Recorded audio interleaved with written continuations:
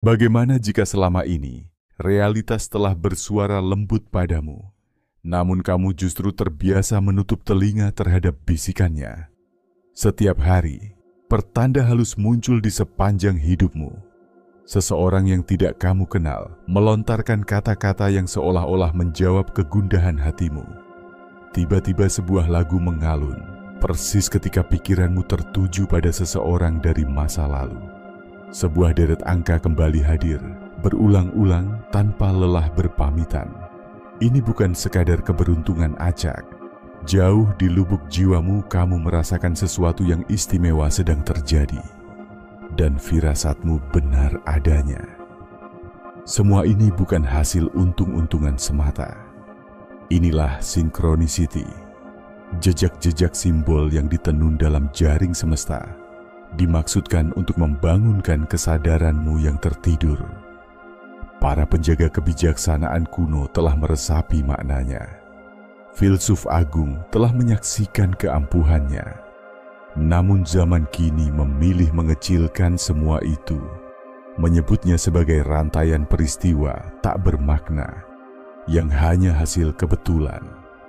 Sebab sistem dunia lebih nyaman ketika kamu tidak menoleh pada kebenaran hakiki. Tetapi begitu matamu terbuka, seluruh kenyataan yang kamu kenal mulai bergeser.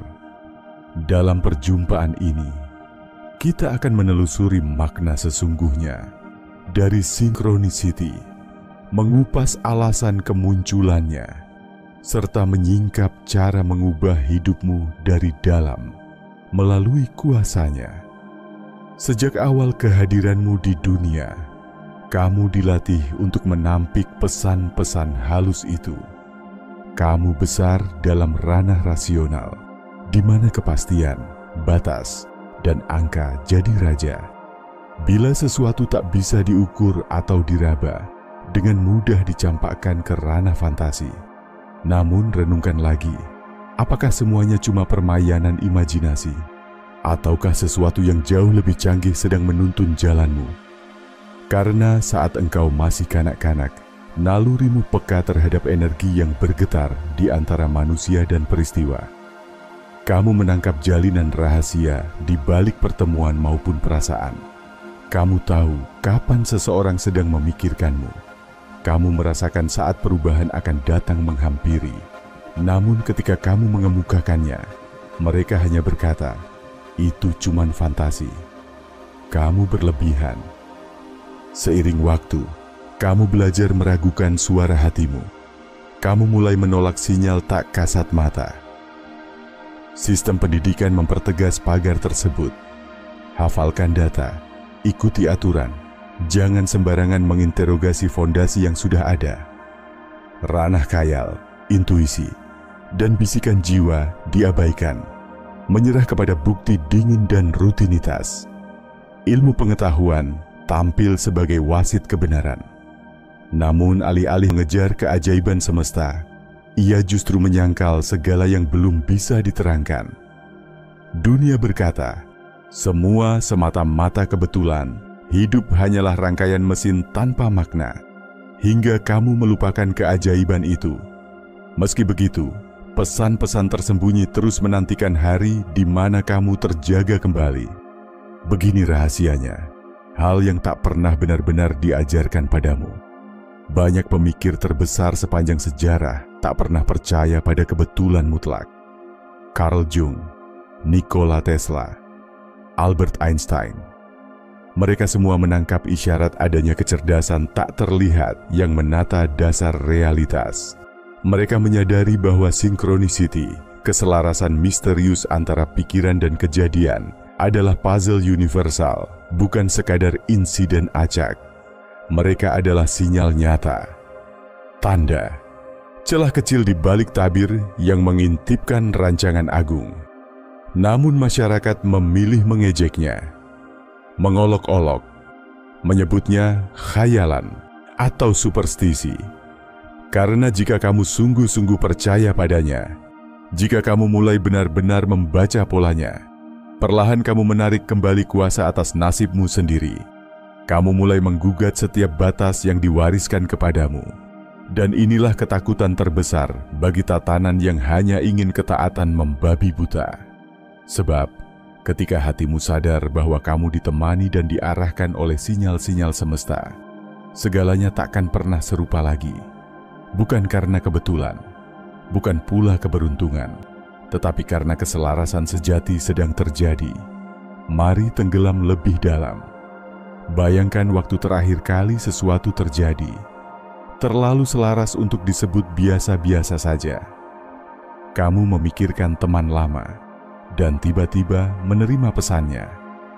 Kamu dihantui pertanyaan berat, lalu seolah-olah semesta sendiri menuntunmu membuka halaman buku yang mengandung jawabannya. Kamu menjumpai angka serupa. Berulang, seperti tanda tangan tak kasat mata yang dicoretkan alam. Itu bukan rangkaian peristiwa acak. Itu adalah reaksi langsung. Kamu bukan sesuatu yang terpisah dari jagat raya. Kamu adalah simpul energi, transmitter frekuensi, penyayang sekaligus pemancar pikiran, getar emosi, dan niatan.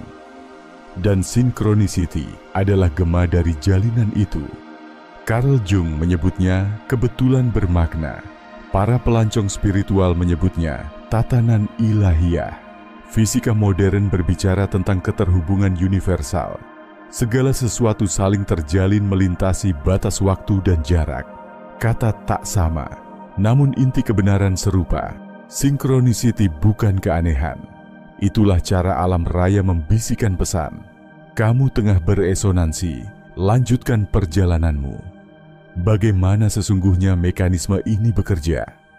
Apa yang menjadi pemicu kemunculan sinkronisitas? Semuanya berpangkal pada satu prinsip mendalam yang hampir tak pernah disampaikan padamu. Pikiranmu bukanlah sekadar penonton realitas, namun juga penciptanya. Kini sains perlahan membenarkan pengetahuan kuno. Otakmu menapis kenyataan lewat sorotan perhatian. Apa yang kamu beri fokus, itulah yang bertumbuh di penglihatanmu.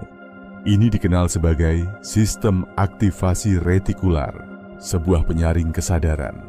Misalnya, ketika kamu membeli mobil merah, mendadak mobil-mobil merah lain tampak di setiap sudut kota. Sebenarnya, mereka telah ada sejak lama. Kamu hanyalah baru sadar untuk melihatnya. Proses sama berlaku pada synchronicity. Saat niatmu terbuka dan keyakinanmu tumbuh, kesadaranmu mengasah diri, dan pesan semesta berdatangan dari segala penjuru. Namun itu hanyalah permukaan dari laut yang lebih dalam. Menurut fisika kuantum, tindakan mengamati mempengaruhi realitas.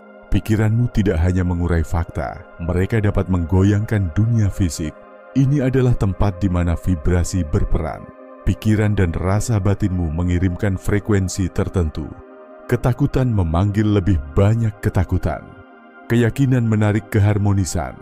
Apa yang tumbuh dalam ruang batinmu mencipta pancaran pengalaman di dunia nyata. Inilah mesin rahasia yang menghidupkan sinkronisitas. Akan tetapi, ada rahasia lebih dalam di balik semua ini.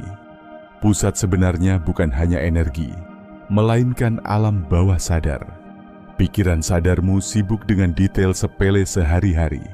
Sementara bagian bawah sadar tanpa lelah merekam pola, mencari kaitan, dan membalas niatmu. Begitu kamu menanamkan niat, walaupun hanya dalam diam, bawah sadarmu mulai bekerja, berusaha menyatukan dunia luar dengan permohonan terdalam hatimu. Sebab itu, mereka yang mempercayai sinkronisitas lebih sering mengalaminya. Mereka telah melatih bawah sadar supaya andal mendeteksi dan menanggapi petunjuk-petunjuk itu. Luar biasanya lagi, alam bawah sadar terhubung dengan samudera kesadaran kolektif, tempat pikiran universal bersatu, ranah tak berwujud yang oleh Jung disebut ketidaksadaran kolektif. Inilah kanal yang mampu menuntunmu bertemu orang yang tepat pada waktu yang selayaknya dengan pesan yang kau perlukan. Namun semuanya hanya akan berjalan jika kamu cukup siaga untuk memperhatikan polanya dan cukup berani untuk mengikuti kemana ia mengarah. Kini, mari menatap skeptisisme. Sebagian orang menyebut sinkronisitas tak lebih dari ilusi otak, pola semu yang dipilih tanpa disengaja dari huru-hara kasat mata. Tapi renungkanlah, mengapa pola-pola semesta sering hadir membawa makna sangat pribadi? Mengapa mereka menari mengikuti irama pikir, desah tanya, dan gema paling dalam nuranimu bersamaan dengan waktu yang sangat tepat? Mengapa pesan halus itu muncul pada saat kamu terbuka dan penuh refleksi, bukan saat pikiranmu kacau atau tertutup?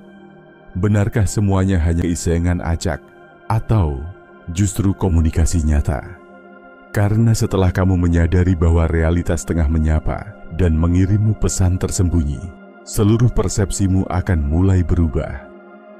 Di titik ini, kisah tak lagi soal kepercayaan semata, melainkan tentang pengalaman langsung, tentang mengenali tanpa harus mendefinisikan.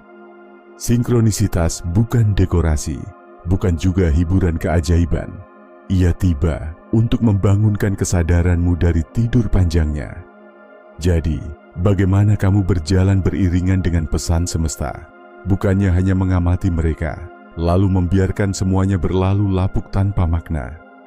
Langkah awalnya, hadirkan perhatian tulus, bukan sekadar melirik, tetapi memperhatikan dengan niat. Anggaplah setiap angka yang berulang, momen pertemuan tak lazim, dan peristiwa yang terasa aneh sebagai sinyal penting. Tulis di jurnalmu. Amati benang polanya, renungkan apa yang terlintas, perasaan yang mengisi dadamu, atau tanya yang sedang bergema ketika pesan muncul. Lalu mintalah penegasan. Mintalah kejelasan. Alam raya sangat responsif ketika kamu benar-benar mendengarkan. Tetapi, lebih dari sekadar mencatat, kamu perlu bertindak. Karena sinkronisitas adalah panggilan untuk bergerak, bukan hanya catatan menarik. Bila sebuah pola terus-menerus datang, itu adalah ajakan, bukan hanya informasi. Peranmu adalah menjawab, ikuti arusnya, percayai arah yang semesta sodorkan. Dan disitulah, segala hal mulai tersusun serasi dengan sendirinya. Namun, disinilah kebanyakan orang terjebak. Mereka berharap pada petunjuk, namun segera menguap dalam keraguan. Mereka merasakan tarikan, lalu dipatahkan oleh rasa takut. Mereka ingin kepastian sempurna sebelum berani melangkah. Padahal hukum semesta berkata, kepastian hanya muncul setelah kamu bergerak. Sinkronisitas adalah pintu yang menganga, tidak mengharuskanmu, melainkan mengundang dengan lembut. Jika terlalu lama kamu menolaknya, pesan itu akan berlalu perlahan, bukan untuk menghukum, tetapi karena energimu tak lagi sejajar dengannya. Sadarilah, alam tidak sembarangan. Semesta beroperasi dengan presisi. Ia merespons pilihan batinmu. Pikiran, rasa, dan tindak tandukmu adalah pengatur gelombang yang menghubungkanmu pada pesan yang telah dititipkan khusus untukmu. Bila suatu saat kamu merasa tanda-tandanya mulai menghilang, tanyakan pada dirimu, apakah aku masih mendengarkan? Atau bahkan, apakah aku masih mau bertindak menyambutnya? Tatkala kamu memutuskan untuk mempercayai pesan semesta, hidupmu mulai mengubah warna. Bukan lantaran dunia di luar bertransformasi, melainkan karena kamu telah menemukan harmonimu sendiri. Kini kamu tidak lagi berjalan dalam gelap, melainkan berdansa bersama kesadaran. Orang-orang yang hidup penuh kelancaran, yang seolah beruntung, dan selalu berada di posisi tepat pada waktunya, bukan hanya kebetulan. Mereka selaras, mereka bertindak sigap, mereka berkolaborasi dengan aliran hidup. Kesempatan itu juga tersedia untukmu. Hanya saja, kamu harus cukup berani untuk melangkah tanpa jaminan. Lihatlah ke dalam, pola apa yang akhir-akhir ini terus-menerus muncul di hidupmu. Sinyal mana yang selama ini kamu abaikan? Pesan mana yang getarannya selalu kamu rasakan, tapi enggan kamu jadikan arah? Jika saat ini kamu tengah mendengarkan kata-kata ini, anggaplah ini sebagai pertanda yang kamu mohonkan. Kini setelah kamu mengetahui tabir rahasia sinkronisiti dan menyadari betapa tanda-tanda ini telah mengiringi perjalananmu sepanjang waktu, Pertanyaannya kini, langkah apa yang akan kamu ambil selanjutnya? Sebab pengetahuan saja tidak akan pernah mengubah nasibmu. Kesadaran sejati bukan soal pengakuan, melainkan tentang pembenaman ke dalam tindakan nyata. Banyak orang kembali terlelap, mengabaikan pesan semesta, menanti guncangan yang lebih keras, dan terus mengulang pola lama. Tapi kamu punya pilihan berbeda. Kamu bisa memutuskan untuk mendengar, bertindak, dan menjadi bagian dari simfoni keselarasan semesta. Setiap angka yang berderet serupa, setiap perjumpaan yang tiba-tiba, setiap isyarat yang melintas dalam hidupmu, bukanlah anomali. Itu adalah panggilan. Itu adalah pintu gerbang. Tugas terakhir hanyalah kamu memilih untuk melangkah melewatinya. Ketika itu terjadi, sinkronisitas takkan lagi langka. Ia menjadi bahasa harianmu, musik batinmu, ritme kehidupanmu.